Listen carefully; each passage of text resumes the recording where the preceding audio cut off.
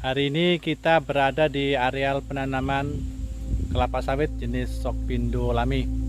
Jadi kelapa sawit kecil ini merupakan kelapa sawit unggul yang kita beli ya hampir 2 tahun yang lalu dari jenis Sokpindo Lami. Jadi ini penanamannya baru berumur sekitar 7 bulan. Penanaman sekitar umur 7 bulan. Yang mana areal ini seluas 1,5 hektar. Jadi kemarin kita memutuskan untuk memilih jenis Sokpindo Lami karena kita melihat kebun yang ada di sebelah sini. Jadi ini kebun yang pertama kali kita tanam di tahun 2008-2009. Ini buahnya sangat bagus.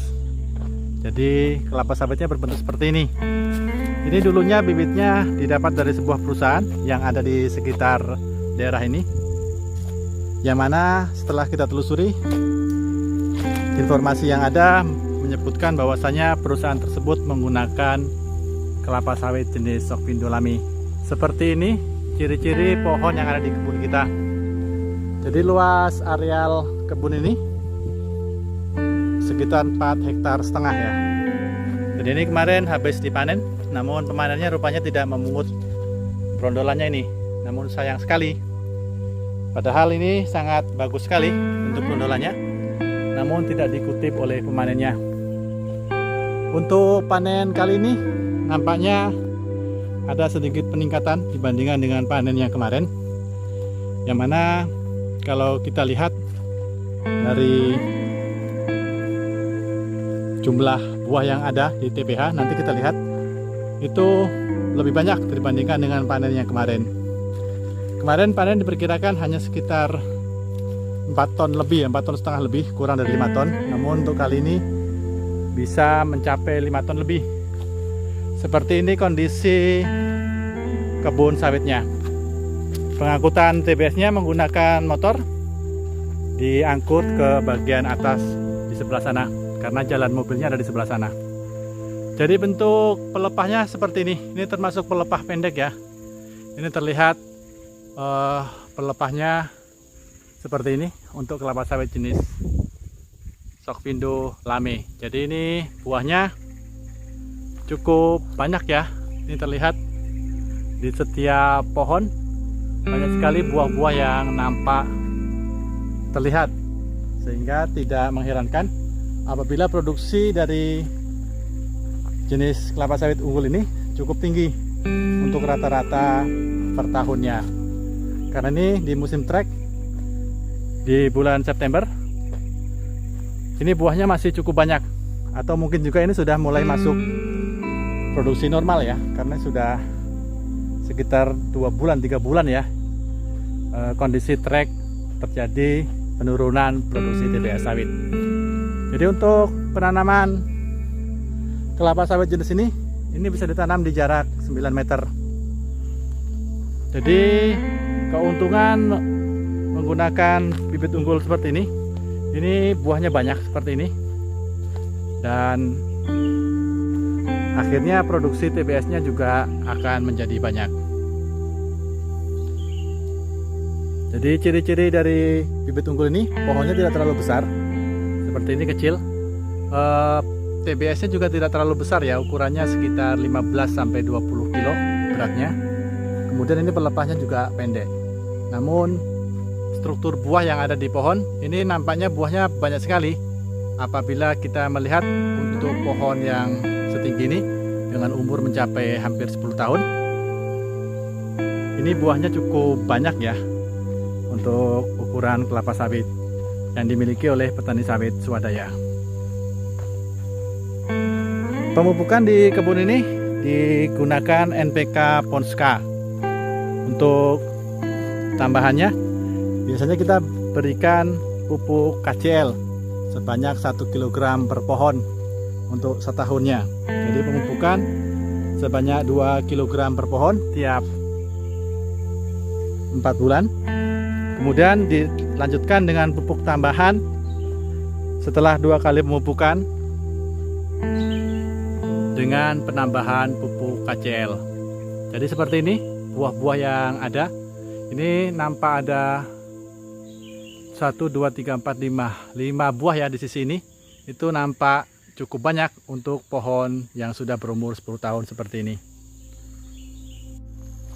Dengan tingkat kemiringan seperti ini, penanamannya cukup bagus ya. Ini dibuatkan tapak kuda seperti ini. Jadi ini dulunya waktu penanaman dibuat piringan atau tapak kuda ya, yang di areal piringan ini secara manual. Jadi ini dicangkul di area ini, kemudian dilempar di sebelah sini, sehingga ini di area pohon kelapa sawitnya ini rata.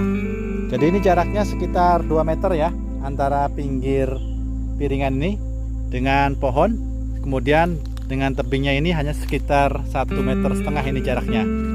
Dan ini dibuat merata ke sebelah sana, sehingga setiap baris di pohon ini mendapatkan tapakan yang rata seperti itu ya. Untuk yang di sebelah sana itu nampak pohonnya sangat rapat ya, sehingga sangat sedikit buahnya. Di sana terlihat itu buahnya sangat sedikit dibandingkan dengan areal sebelah sini. Ini nampak dari cahaya matahari yang sampai di permukaan tanah. Yang di sini nampak terang ya, sedangkan yang di sebelah situ itu terlihat gelap seperti itu. Jadi untuk penanaman yang seperti ini terlalu rapat, sehingga nanti akan kita pertimbangkan untuk kita kurangin. Jadi dari satu pohon ini, dari 3 pohon ini, nanti tengah-tengahnya akan kita matikan. Kemudian yang di sebelah sana lagi kita sisakan 1 pohon, dan 1 pohonnya lagi kita matikan. Jadi dari 6 pohon ini, 6 pohon dalam 1 baris ini, nanti akan kita matikan 2. Sedangkan untuk pohon yang di sebelahnya ini kita biarkan. Kemudian baru yang pohon sebelahnya sini lagi, baru kita kurangi lagi 2 pohon dari 6 batang pohon dalam 1 baris ini. Jadi untuk penanaman kelapa sawit sangat penting diperhatikan jarak tanam dengan jarak tanam yang baik seperti ini minimal. Untuk tanaman yang sudah berumur 10 tahun sebaiknya seperti ini, jadi nampak terang di bawahnya. Jadi ini menunjukkan kecukupan cahaya matahari sehingga tanaman bisa menghasilkan buah dengan kondisi yang bagus seperti ini.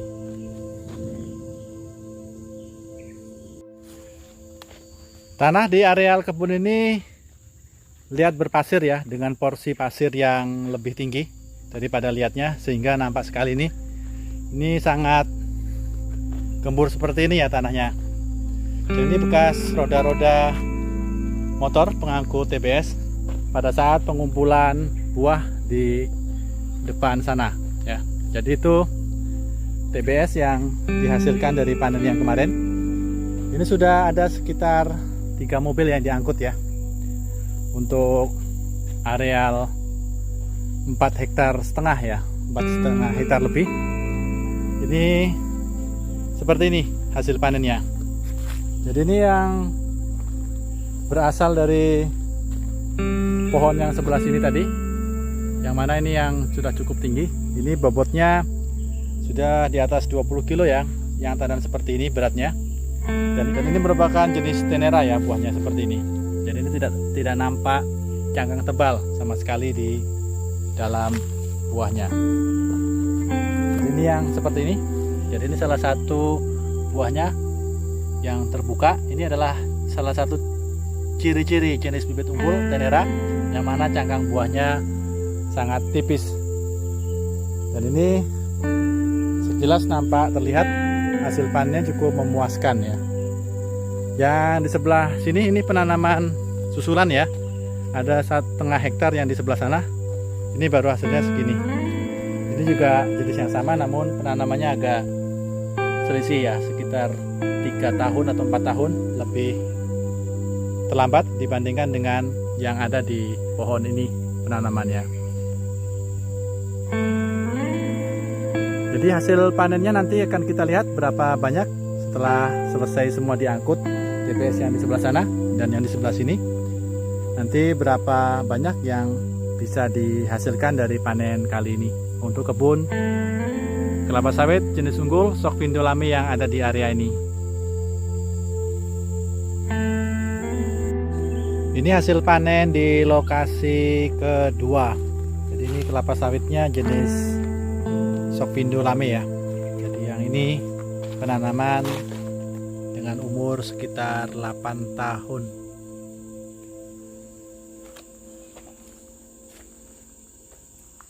Lebih muda ya dibandingkan dengan kebun yang pertama tadi.